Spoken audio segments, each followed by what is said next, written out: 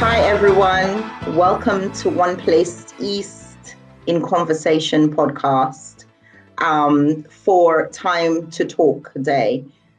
We welcome our guest, Shaday Barrowes with me. Feel like we've known her already in the studio because we've been showing some of her poetry. And today, Shaday will be speaking about her journey through mental health and some of the challenges she's had. And I will go through much later about some of the coping mechanisms for some of the mental health conditions. So over to you, Saifur. Welcome, Shaday. Hello, thank you for having me. Okay, Shaday, so if you can just go through a brief journey, your journey briefly about your mental health. Go ahead. Of course, yeah. Okay, so my mental health. Brief journey. I think I'll begin with my journey when I was younger. I went to Redbridge when I went to Redbridge School when I was, oh my God, it feels like such a while ago now, 23 years old now. But I went to St. Peter's and Paul's in Redbridge and I was diagnosed with alopecia when I was around 9 years old. And like since then, my mental health has like kind of fluctuated because I've had weird experiences with, my identity and like just like my hair falling out and like what that meant for me and like having my kind of my image being changed constantly and like that fluctuating. So that was really tough for me. So I think when I was younger, I didn't really know how to deal with it because I was quite, I wasn't aware of mental health. And I think back then, like mental health wasn't really spoken about.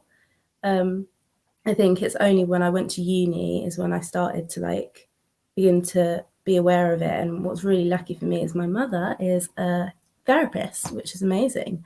So that's really helped me kind of, be aware of how I'm feeling and how to deal with my anxiety and like just how to deal with life, because life is not easy. Life is tough. And sometimes you just need to like know how to like manage it.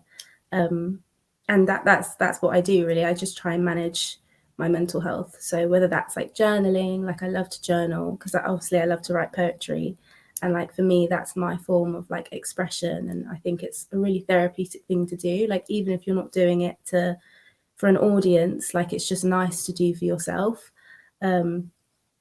Also meditation has really helped me because I just, when I'm anxious, like it's really tough sometimes and there's so much going on in my mind. So I always meditate every single day, like just before the day starts, and it just helps me like get into the groove of the day. And though sometimes my days are, you've got bad days and good days, like there will be days where my mind is very loud and there's just a lot going on and like I just feel really overwhelmed. But just taking the time out for myself to meditate or just to say to myself, like, I can't do everything today, like I can only do what I can, and like just not being too hard on myself. Like I've really learned how to not be too hard on myself, because if you're hard on yourself, then you can't get anything done. Like the way that you talk to yourself is everything, and I'm really learning how to talk to myself better. Does that answer your question? Yeah, thank you so much for sharing that, Shaday. Thank you. Yeah. Thank you for asking me. I particularly appreciate the fact that you have shared some of your tips in terms of how you cope, the different strategies that you use. And I wondered, what was it like? You spoke about going to university and, during that process, but what was it like for you being at a university, having to deal with your mental health, your anxieties, as you mentioned, and other individuals being in a new environment? How was that journey for you, and how did you manage to cope with it? That journey, it was tough. I'm not going to lie to you. It was really difficult because when I first went to uni, I moved 6 hours away from home God knows why I did that, but they were doing the course that I really wanted to do. So I thought I'd take that risk and I'd move away. And the place that I moved to is predominantly a white area. So that already made me feel very on edge.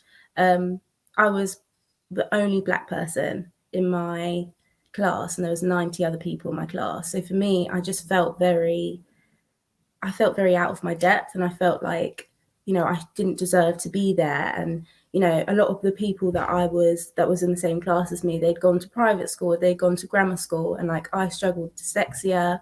Like, it takes me time to learn things. Like, I just learn things differently. And so I really struggled, and I really felt like, I didn't fit in. And I really went through this, a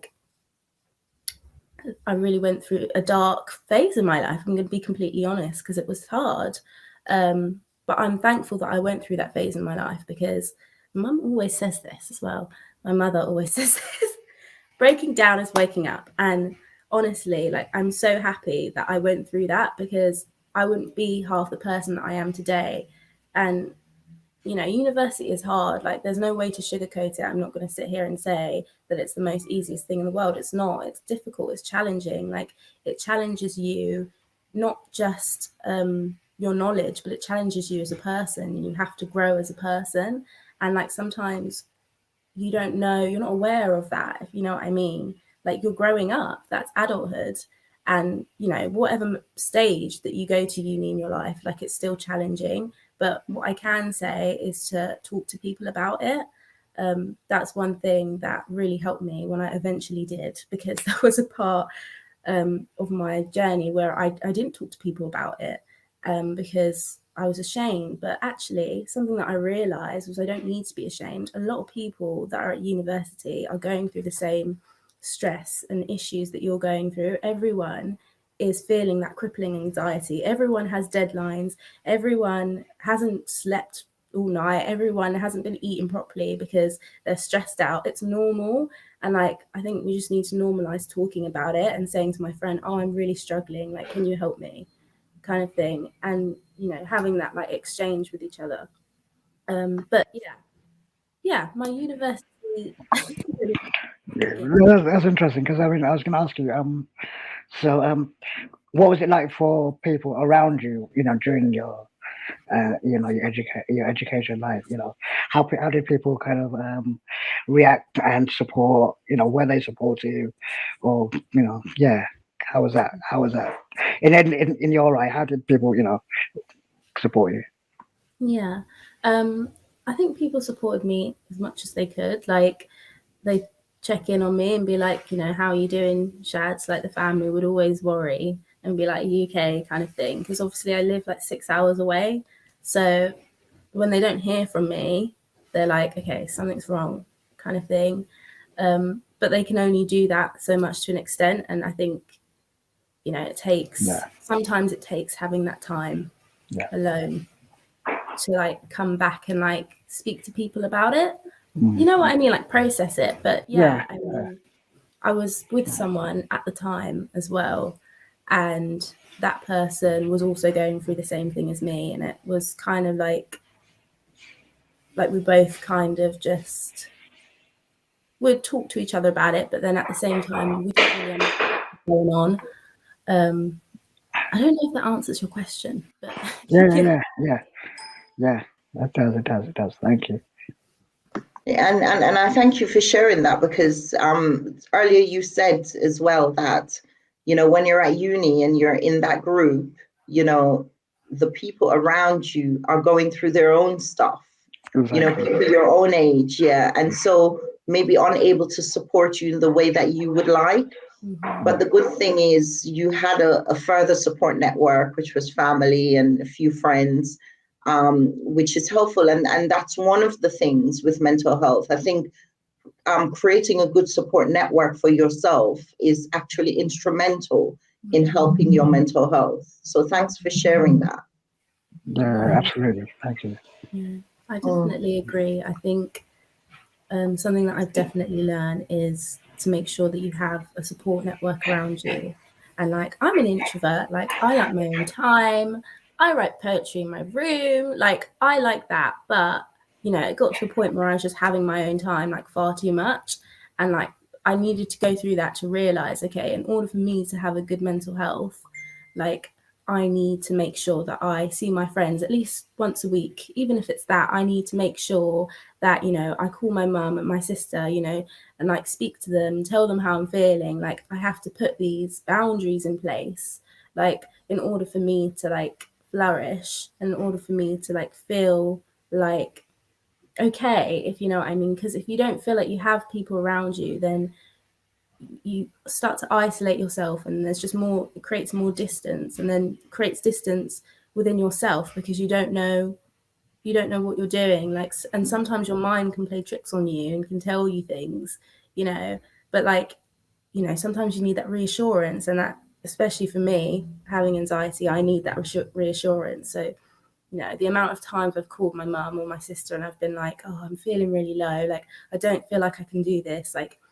I've got this meeting that I've got to go to and I have no clue what I'm doing, or I'm meant to be teaching at a session and like I have major imposter syndrome, and like they'll just sit there and talk to me and they'll just be like, it's okay, you know what you're doing, you're worthy. Like the amount of times, like, and it's just so good to be able to have that, because, you know, it's okay to doubt yourself. As normal. It doesn't mean you're crazy. Crazy, I don't like that term, but it doesn't mean there's anything wrong with you. It just means you're human. Yeah, exactly. Yeah. Thank you. Yeah, thank you so much for sharing that, Shaday. And also, you know, I wonder what it was like for you during lockdown with your anxieties, etc. How was that? How did that impact on you, positively and negatively? Okay. At the beginning of lockdown, it was awful. I'm not gonna lie to you. It was, but you know what? I'm gonna say that confidently because there's no one here on this planet who did not find the lockdown a struggle. Like there's no one. Like at one point they must have found it a struggle. It's horrible for me at the beginning because there was a distance. Like I was in Plymouth and my family was in Essex, and I was going through a breakup as well, which didn't help. And I was at home by myself a lot, and you know, I was so used to like being busy all the time and just like doing lots of work and keeping my mind busy so that I didn't have to like kind of think about, you know, things that maybe weren't right in my life, or didn't have to deal with certain things. Like that was my coping mechanism, you know, going and being busy, and I couldn't be busy anymore, and so I just had to sit with whatever I was avoiding. And you know, it took me a while to like, you know, get through that and let that pass through me. But I'm really glad I did it, because as much as that was really tough for me, like my career has practically started like because of that, because I sat with myself and I looked at myself in the mirror and I was like, okay, I don't know who I am. I don't know what I'm doing. You know, I feel like I have been, you know, putting masks on for other people. Like, who am I wearing wigs for? You know, like, who am I? Like, and I felt like I was so far away from that person, and like being at home with myself and just really like being curious and like trying to figure out what it is that I love, you know, or, you know, what it is that I want to do. And like, you know, really trying to like have chats with myself, like, or like, you know, writing about my life or whatever, like, and just so much came out, and I didn't realize like how much I had been concealing for like the past like 10 plus years. And you know, that was really like a really massive pivotal point in my life. So I'm glad that I had that experience, because then like I just was able to go up and up. Like, and I went home and like I spent time with my mum and I spent time with my sisters, and like, you know, I did a lot of work. My mum did a lot of work with me, like in terms of like my mind. Like I'd read books to her every night. Like I was really insecure about the way that I articulate myself, and I'd read books to her every night, and like she'd listen to me and we talk about it. And like, you know, I did a lot of confidence building exercises with her, because my confidence was completely broken down, but I was willing to build myself up back again because I had that time to do that. So in conclusion, lockdown was tough. It was really tough for me. One of the most challengingest things I've been through, but it also gave me time to talk to myself and get to know myself. Yeah. And what was it? What was it like to access services during lockdown? Did it affect you in any way, or did you have problems accessing any services? So I had been on the waiting list to do counselling for probably about 6 months, no, probably about a year before lockdown. And I think just as lockdown was starting, thank God, I ended up getting like a counsellor like on the NHS. Prior to that, I'd also been prescribed like what are the my mind has gone blank, brain fog. You know the the tablets they give you, antidepressants. So yeah, prior to that, I'd been prescribed antidepressants, but I didn't want to use them because I didn't really have a good experience with them. Some people it works for them, but it just didn't work for me. So if I have like the access to services, it's like kind of like a really weird, like hazy subject for me because I have really mixed feelings and mixed views about it, just because I feel like it should be more accessible for people to do counselling. And that's just that's just my personal opinion, because I feel like, sometimes talking through things like is really important. And I feel like a lot of people don't know how to talk about their feelings, and that's part of the reason why mental health is so bad at the moment, is because people just pretend. But yeah, I've got mixed views about it because I was able to get a counsellor, but at the same time, it's taken me a year to do that. You know what I mean? But maybe it will happen at the right time. So Yeah. Thanks for sharing that, Shaday. And in actual fact, it was a struggle, because during that period, it's when you needed it the most, and it wasn't available. But you were fortunate in that, obviously, you explained that you have kind of some support network that helped you, and obviously doing skills, building exercise, confidence building exercises with you, etc. And I think one of the things that seemed to have helped you as well was us doing yoga together, and your fitness as well. So let's talk a little bit about your fitness and how it has become an important part of your life. yes, it has. I love my fitness. My fitness has been a very important part of my life. Like for me, like it is my therapy, like seriously. And in lockdown, it really helped because I went for runs, like 10K runs, and I would just run. I know that sounds so simple, but it just felt so freeing. Like I remember when I went for a run, and it was like probably like 8 o'clock at night, but I'd never gone for a run without my wig on. And I just took my hat with me, and it was like really dark. There was no one around. And I remember just taking my hat off and like just feeling the wind on my head for the first time in like such a long time. And I was just like, this is amazing. Like, this is incredible.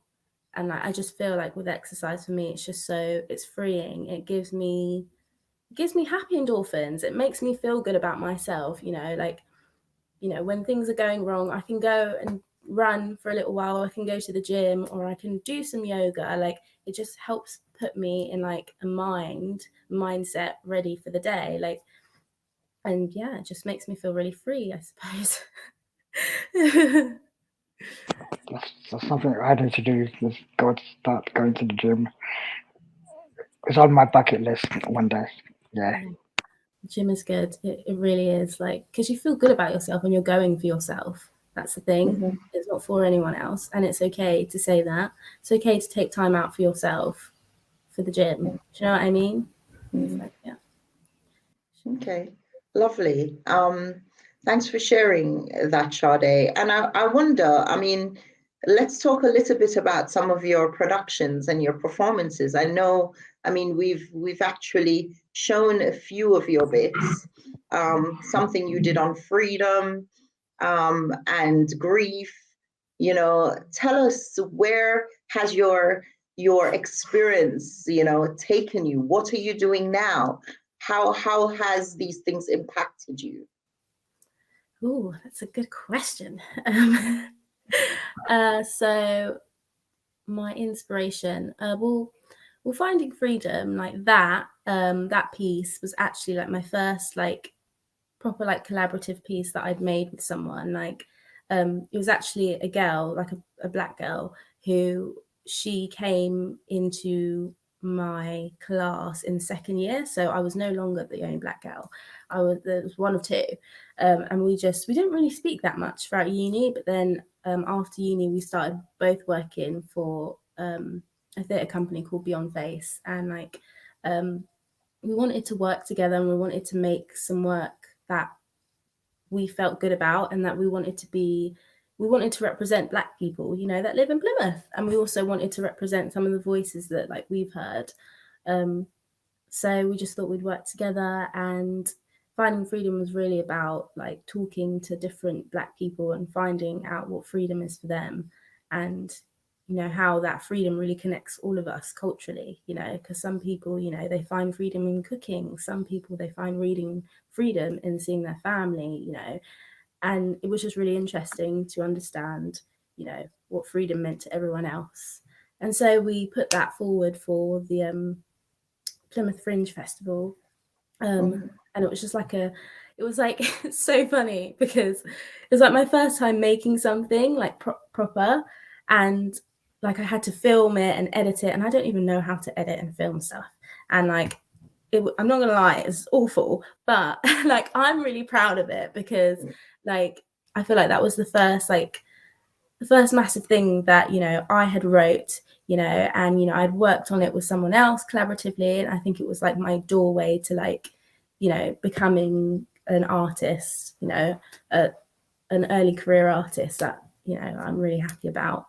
And I think some of the other pieces that I've wrote, like they're really, I take inspiration from my life and my experience, and I take inspiration from people that mean things to me, like Gratefulness and Grief. It was about my mum and her experience, and my mum really went through like a really difficult experience in lockdown, losing her partner, and like just seeing that, like it was tough for me, to see her like that, and like, but at the same time she's still working really hard. At the same time she's still helping me with the issues that I was having. And so that piece is really about grief. Grief is tough, and having all that grief, but like being grateful for the little moments that you can cling on to, which is exactly what she was. She was going through so much, yet she still had a little smile on her face. And yeah, I think that's where I get my inspiration from. It's people and things that inspire me. I don't, some people make work about entertainment, but I just can't because, and maybe I will, maybe I will when I'm further on in my career, but like, I want to start here now, because that's what like sets my soul on fire. And what am I working on now? I mean, I'm working on it. So I'm working on a piece, and it's called Bob, and it's about a black woman's relationship with her hair, and her wig, and like just that kind of the comfort that comes with wearing a wig, and like actually what that does to you mentally, if you know what I mean, and just trying to like deconstruct that in the piece. And like it's not like set in stone yet, but I'm trying to work on it and trying to grab the tools that I can to work on it.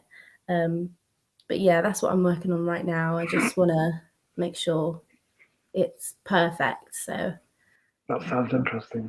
I think I want to hear that when you do that, when you get that done. Yeah. Indeed. And I understand you teach poetry as well? Yes, I do. Oh, yeah, that's Yeah, I teach poetry. Well, I did used to teach, but I started off teaching poetry at the Barbican, Plymouth.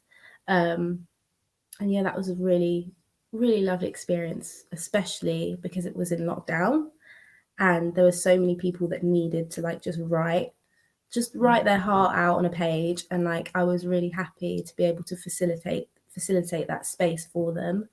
So yeah, it's been like a really amazing experience to be a part of, you know, a young person or just someone else's like journey of them finding their voice like on a page, or just finding some sort of like release, and just being able to be there for that. Obviously it comes with its challenges because, you know, I don't know everything, like, but it's just nice because the way that I work is, you know, there's no kind of hierarchy. It's just, you know, we're just collaborating, we're working together, you know, we're helping each other, you know, bounce off ideas, we're collaborating, rather than, you know, I'm teaching you poetry, because I'm not like, I write poetry, but I'm not, you know, the most amazing poet in the world. I just Well, enjoy it. Yeah, I'm gonna remember that, because if I need to do a poetry workshop, I'll come into you. Yeah. absolutely. And you are amazing. And the thing is, we're all learning. The thing is, you speak from the heart. What I love about your poetry is that it's very impactful. It comes from the heart. It sounds like experience. It has a meaning, you know, and you should embrace that because it's very powerful. I remember showing our CEO at OPE one of your poetries one day, and she started to cry. She was like, wow, this is just so meaningful. And the same with the clinical lead, you know. So you may not understand the impact you have on others, but it is actually quite powerful. It is very powerful. Yeah. I, yeah. I remember that. I remember that one. And it left me thinking, you know, afterwards. It was very powerful. Yeah. We might show it later, you know, at the end of this Yes. one. So yeah, we will do. Oh, thank you so much. Yes.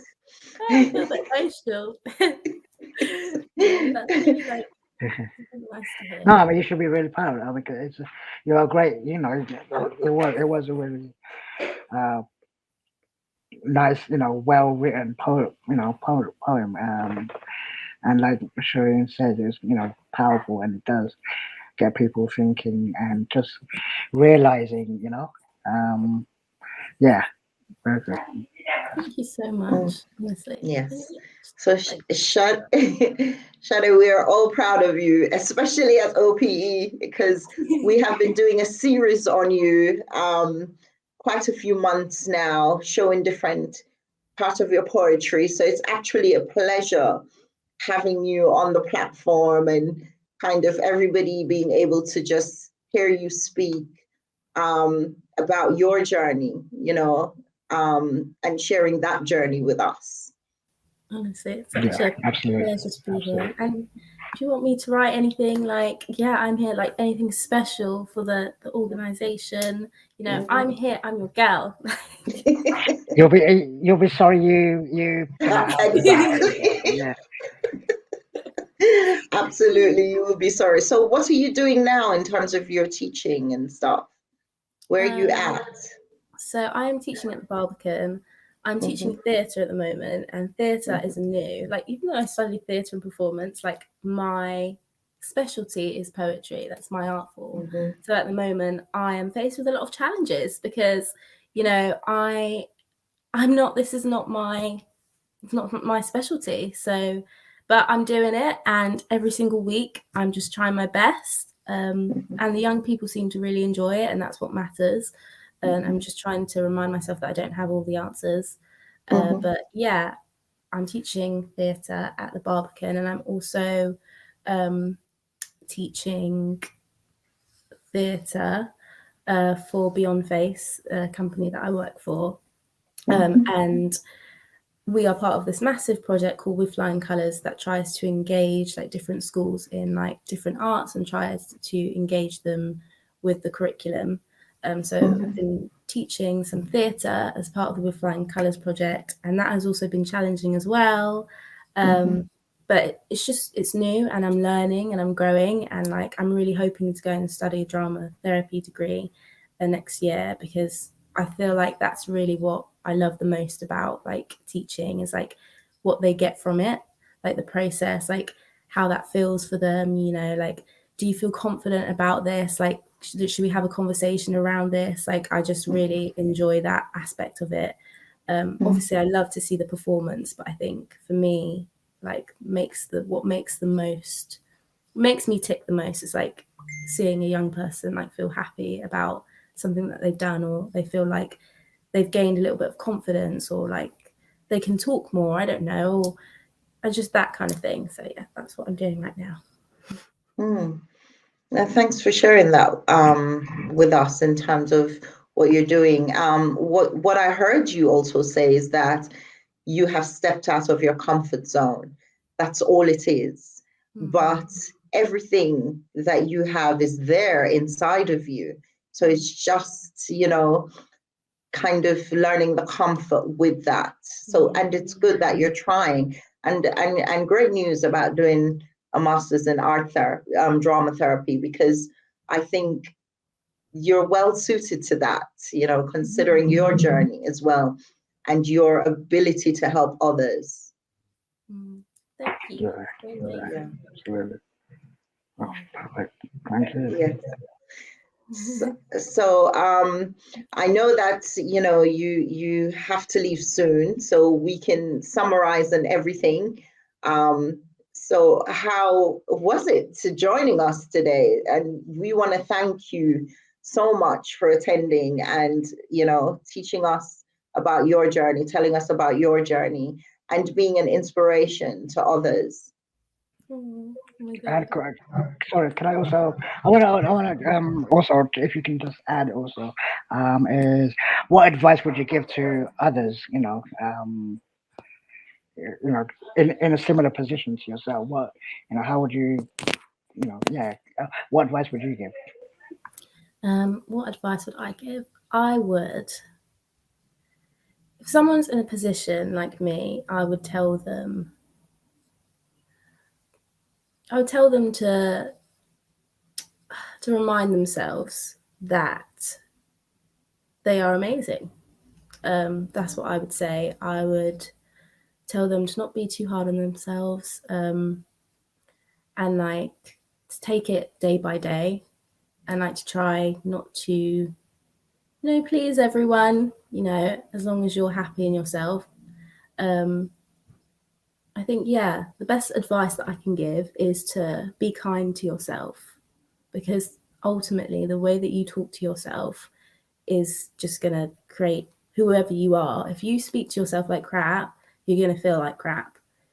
So if you really listen to the way that you're talking to yourself, and if you're not talking to yourself nicely, then you really need to investigate why, and don't be afraid to do that. Don't be afraid to talk to people as well about what you're going through, because chances are they're probably going through the same thing. Yeah, not great advice, but Absolutely, yeah, exactly. Talk to yourself and talk to others. Yeah. Don't keep it. I guess don't keep it to yourself. Share it. I guess. 100%. That's great advice, Shaday. Thank you so much for joining us. Thank you so much for agreeing to do the interview. At such a short notice as well. So yeah, thank you. Yes. Yes. Shut a short notice. Shut. So yeah, no, thank you. Thank you. Thank It's you. been great. It's been great listening to you, hearing about your journey. And yeah, and I'm sure, I speak for other, Sherrine, that inspiration, you inspire others as well. So well done. Thank you. Thank you so much. Honestly, it's been really nice. Like, really nice being here, and just, sometimes like you forget, what I mean? Like sometimes you actually forget, like, because you're working like really hard, and like, that's what I've been doing, and, far away from my family, and it's just nice to be able to, talk to you both and sometimes reflect, okay, I'm still here. Like, I've done a good job. So thank you so much for like sitting here. And yeah. Thank you. Okay. Thank you, and see you on the next one, Sherrine. Yes, indeed. Take care. So, bye-bye, everybody. Thank you All for right. listening. Bye, Bye-bye. Shads. Yeah. Bye. Hi there. I just wanted to do some coping strategies in terms of anxiety. But what is anxiety? Anxiety is normal. It's just a situation where you feel a bit unsafe in certain situations.